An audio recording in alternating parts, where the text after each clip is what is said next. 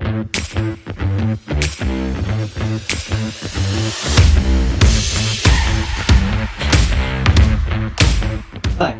I'm Cliff Shapiro, a product manager here at Uber. Today I'm going to discuss with you how you can leverage QR codes to generate more interaction with your local businesses.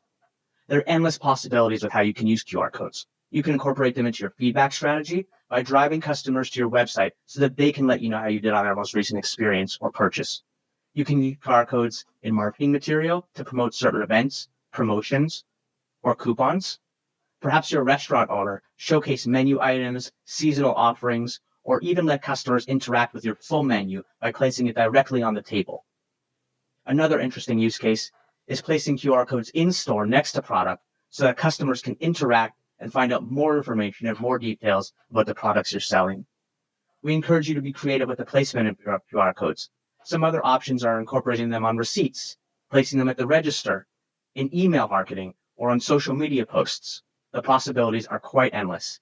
I hope you enjoyed these pro tips on QR codes. If you have any questions or want to share your thoughts, please drop them in the comments below and we'll be more than happy to discuss.